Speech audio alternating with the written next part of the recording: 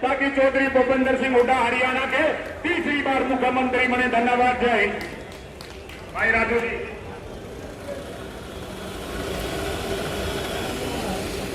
अभी आपने 57 के विचार सुने।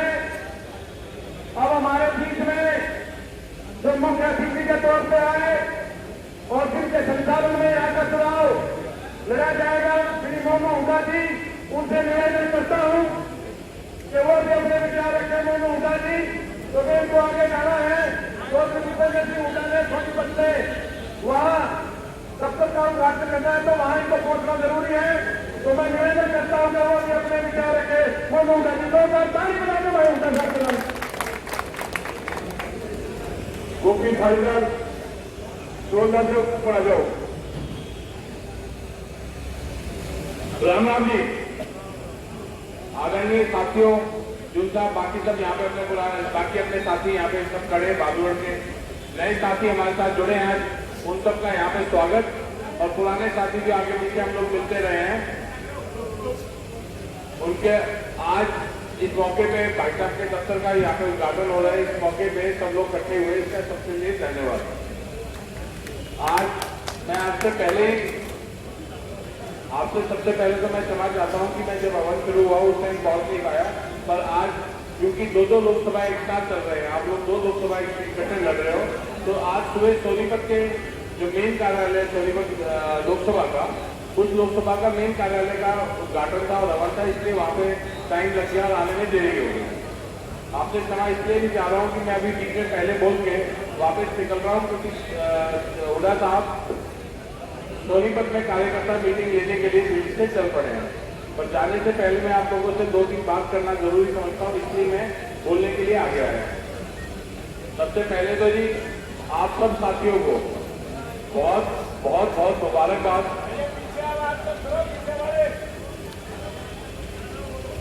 आप सब साथियों को बहुत बहुत मुबारकबाद इस बात की कि आप लोग एक ऐसे अहम चुनाव का हिस्सा बने हो, जो कि अहम चुनाव अगले 6 महीने और अगले कुछ सालों की प्रदेश की राजनीति को एक दिशा प्रदान करेगा। ये कोई आम चुनाव नहीं है। चुनाव तो प्रजातंत्र की प्रक्रिया है। ये चुनाव आया है, 23 तारीख को नतीजे आएंगे, ये चुनाव भी निकल जाएगा।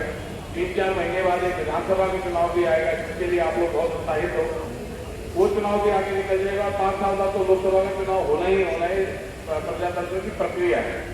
पर ये वाला लोकसभा चुनाव कई राजनीतिक मायनों में बहुत अहम लोकसभा चुनाव। अभी जब चर्चा चल रही थी चुनाव की, कांग्रेस पार्टी की मीटिंग कर रही थी, तो वहां पे एक राय प्रकट करी गई। प्रदेश कांग्रेस के प्रदेश के सारे नेताओं ने इकट्ठे होकर राय प्रकट करी कि जी इस चुनाव के अंदर हुड्डा साहब को लोकसभा का चुनाव जरूर लड़ाया जाए। और उसकी वजह यह है कि हुड्डा साहब इस चुनाव को आगे से खुद चुनाव लड़कर प्रदेश में एक ऐसा माहौल बनाएंगे जहां पे कि इनके चुनाव लड़ने से बाकी लोकसभाओं के ऊपर भी प्रभाव पड़ेगा। और आप लोग भी यहाँ पे सुखेंद्र भाई साहब के चुनाव में कई दिनों से लगे हुए, जब चुनाव में घूम रहे थे, आप लोग भी यहाँ बैठे होते थे, तो सब लोग एक ही चर्चा करते थे कि भाई रोहतक की सीट तो ठीक है, सब बढ़िया चलेगा, तो हम सोनीपत की बताओ, सोनीपत में ठीक चलता। तो पार्टी के शीर्ष नेतृत्व ने राहुल जी ने उन लोगों ने अपना फैसला ले लिया। रायशुमारी के बाद उन्होंने सब कुछ देखते हुए यही फैसला लिया कि हुड्डा साहब को सोनीपत से चुनाव लड़ना चाहिए। जब सोनीपत का चुनाव हुड्डा साहब को घोषित कर दिया, तो ये कोई साधारण बात नहीं है कि रोहतक से जितेंद्र सिंह और सोनीपत से भूपेंद्र सिंह हुड्डा जी चुनाव लड़ रहे हैं। एक नेशनल पार्टी के अंदर ऐसा कभी भी नहीं होता और बहुत मौके की बात है जब कभी ऐसा होता है। तो राहुल जी ने एक अपना विचार बना के आगे की राजनीति के लिए अपनी सोच बना के वो फैसला आप लोगों के बीच में रख दिया है। और उस फैसले पे वो आप लोगों की मोहर, आप लोगों की वोट, आप लोगों का समर्थन मांग रहे हैं।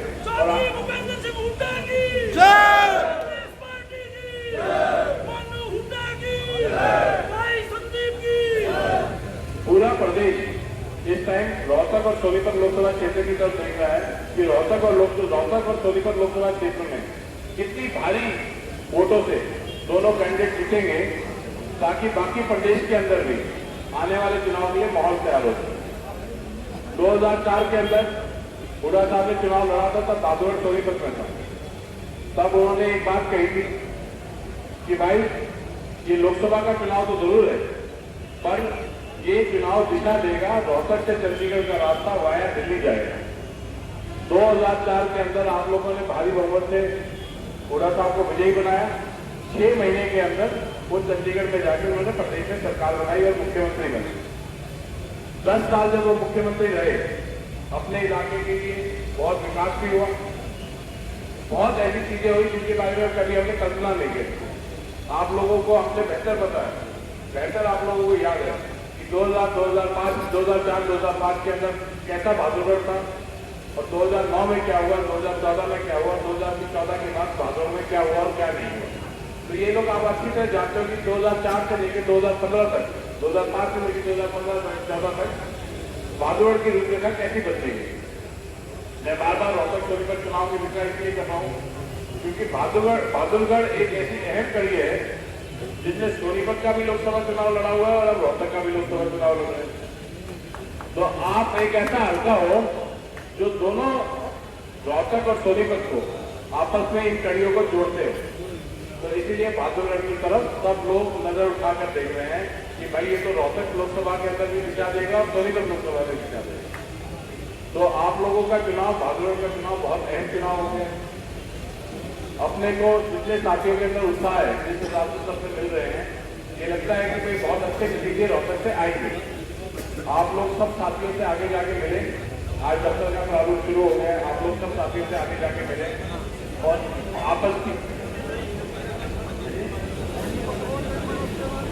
आपस में रिश्तेदारियां भी हैं।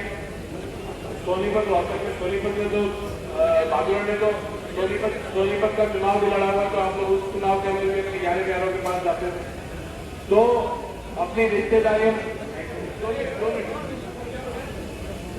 आप लोग अपने 11 प्यारों में रिश्तेदारियों के अंदर अगले 2-4 दिन के अंदर जाकर सोनीपत के अंदर भी टाइम लगा के आए और इस चीज की तरफ, आप इस चीज की तरफ जरूर ध्यान दें कि ये चुनाव आने वाले चुनाव के लिए दिशा देगा और इस चुनाव के अंदर आने वाले मुख्यमंत्री की और आने वाली सरकार की घोषणा की जाएगी।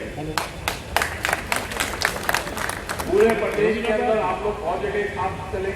आपकी जनक्रांति यात्रा भी हुई, उसके बाद परिवर्तन यात्रा भी हुई। जहां जहां से यात्राएं निकली, हर जगह बहुत तगड़ा स्वागत हुआ, बहुत अच्छा माहौल बना। आज की तारीख के अंदर प्रदेश के किसी भी कोने में चले जाएं, सब लोग आपकी तरफ देख रहे हैं। भाई इन चुनावों के अंदर एक बड़ा नतीजा दो ताकि हम सब भी आपके साथ लग के चंडीगढ़ के अंदर सत्ता परिवर्तन कर सके। तो आप लोगों के ऊपर पूरे प्रदेश से जिम्मेवारी लगा रखी है और बादुगढ़ में फिर से मैं कहता हूँ, बादुगढ़ पे ज्यादा जिम्मेवारी लगा रखी है क्योंकि आप इस इलाके को जोड़ने, दोनों लोकसभाओं को जोड़ने वाली एक अहम कड़ी है। आप सब साथियों से अनुरोध है कि इस प्रोग्राम के बाद आप लोग यहाँ पे बैठ के अपने अपने हिसाब से आने वाले टाइम के अंदर क्या प्रोग्राम होने चाहिए, किस तरीके से हमें कार्य करना चाहिए, कहाँ कहाँ हमें जाना चाहिए, उसके बारे में एक रायशुमारी करें। जो अपने साथी बादुगढ़ राजनीतिक तौर पे बहुत ही जागरूक एक शहर है, यहाँ पे बहुत राजनीतिक साथी हैं, सबके आपस में अपने अपने विचार भी हैं। बस सब लोगों की ये खुशी है आज में सबको यहाँ पे देख के कि सबके आपस में राजनीतिक विचार कैसे भी हो, आपस में उनकी राय कैसी भी हो। पर आज जब जितेंद्र भाई साहब का चुनाव हुआ तो आज सब यहाँ पे इस मंच में सब इकट्ठे खड़े, नए साथी भी जुड़े हैं और मुझे इस बात से बहुत खुशी हुई कि सारे साथी यहाँ पे ना सिर्फ इकट्ठे खड़े हैं पर सब लोग पूरे जोश से इस चुनाव के लिए काम करने के लिए अपनी अपनी ड्यूटी और अपने अपने मौके को संभालने के लिए तैयार है। मेरा आप लोगों से भी अनुरोध है, जिसकी जैसी क्षमता हो अपने बूथ की, अपने गांव की, अपने वार्ड की, उसके अंदर तुरंत आप लोग घूमना शुरू करते हैं, एक एक घर जाए, एक एक तो वो मतदाता से बात करें, उसको इस राजनीतिक चुनाव की अहमियत समझाएं और उस हिसाब से वोट के लिए अपील करें।